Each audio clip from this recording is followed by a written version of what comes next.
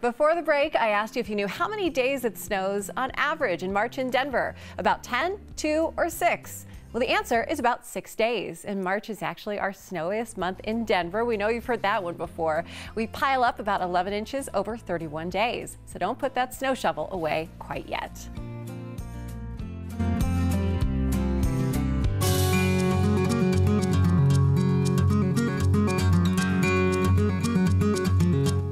Coloradans love to get outdoors, no matter what time of year it is. But if you do go, especially if you're new to spring swings in Colorado, you need to be prepared for weather and trail conditions. And today, Jeffco Ranger Bonnell is here with all kinds of tips to help us plan ahead, make sure we have appropriate gear. Thanks so much for being here. Thanks so much for inviting me. We love all your practical advice, getting out on the trail. What can we do to plan ahead and make this a good experience for everybody? It's such a great question. I'm so glad you started with a snow trivia question. Because this is that time of year where planning ahead may mean even looking at what are conditions that morning. Right. And for us right now in Jefferson County open space, we actually have several parks that are closed or trails that are closed right now simply due to mud conditions. Right. And so even if you're planning on going, make sure you check before you even leave the house if the park you plan to go to is open or not, because that could be the first mistake you make. Right. And then once beyond that, you need to be thinking about conditions, and we can talk about some of the things that, depending on what the weather's been doing and where you want to go, you're going to want to make sure you have in your pack. Yeah, absolutely. I mean, we got a bunch of rain last night, so I'm sure the trails are muddy out west right now. What are the trail conditions overall like, if you could explain the season for us? Anything you want. Okay. So it can be everything from drained and dry, where you've got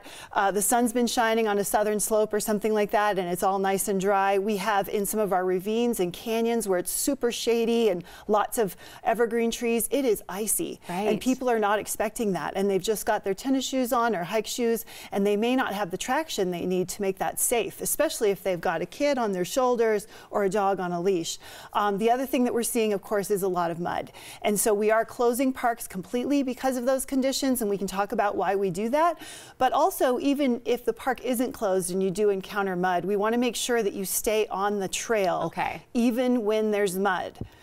Don't care if your shoes get muddy, you need to stay on the trail, because when you walk off the trail, you're trampling plants and you're widening the trail. And what we all love in Colorado is those nice single track trails where, you know, you can just enjoy a nice narrow experience rather than a road. None of us want to hike on a 12-foot wide road. That's why we're going hiking, is to get away from that human impact. So stay on those trails. Let's talk about the reasons that Jeffco decides to close those muddy trails down. Absolutely. So you may be ready to go outside and hit the trail, but the trail may not be ready for you.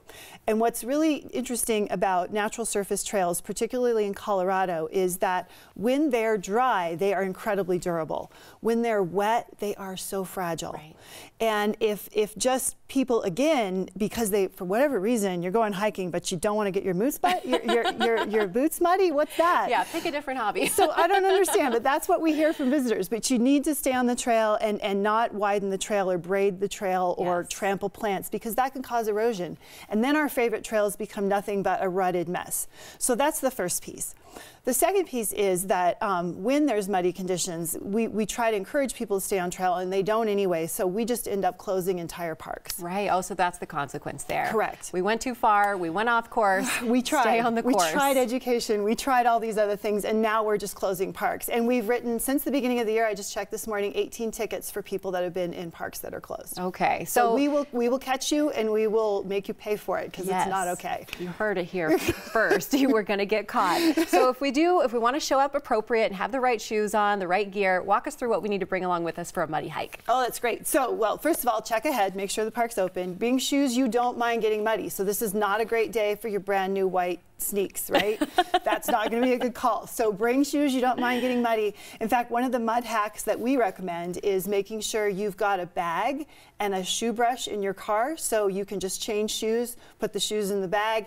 You don't worry about your car getting messy or anything like that. Make sure the kids are wearing shoes that you don't mind getting muddy. The dog's going to be muddy, so you just need to be prepared for that sort of mess coming into your car. If that's not okay, go on a concrete trail that day. Yeah. The other thing is, it is March, and I'm so glad you brought up the snow and all that in your trivia question. Weather can change on a dime in the spring, so bringing some of those little warm knitted goodies that we just saw in the previous section, make sure you've got layers in your pack, because the weather could change very quickly. The other thing we see is people that are exercising. So say you're running and maybe the sun goes down. Our parks close 1 hour after sunset.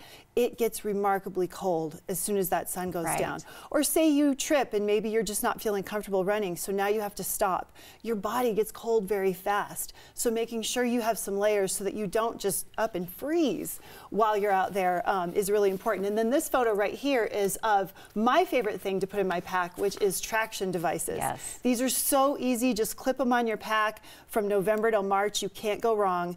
Then when you hit that icy patch in the ravine or in the trees you weren't expecting, just throw those on. You're going to be safe and you won't be sorry. Yes, those are amazing. So much more traction there. And if we are making our way out to hike in these months, we're still in winter, what kind of wildlife are we going to see out there? Oh my goodness, what's so cool about this time of year is the tracks in the snow and in the mud are so much fun. So even if you don't see wildlife in person, you can see the tracks that they've left behind.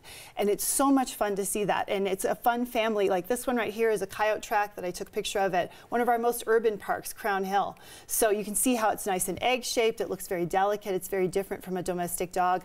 I see mountain lion tracks on the trail. You won't believe the animals that are using our trails when we're not on them. Because it's just easier. Yep, we're going to their world, so we want to be nice and respectful. Right. Thank you so much for all these great tips. Welcome. It's got me inspired to get out and go hiking. For more important wildlife updates and visitor tips, just go to jeffcoat.us/open-space. Be sure and plan your next outdoor adventure with the help of Jefferson County Open Space.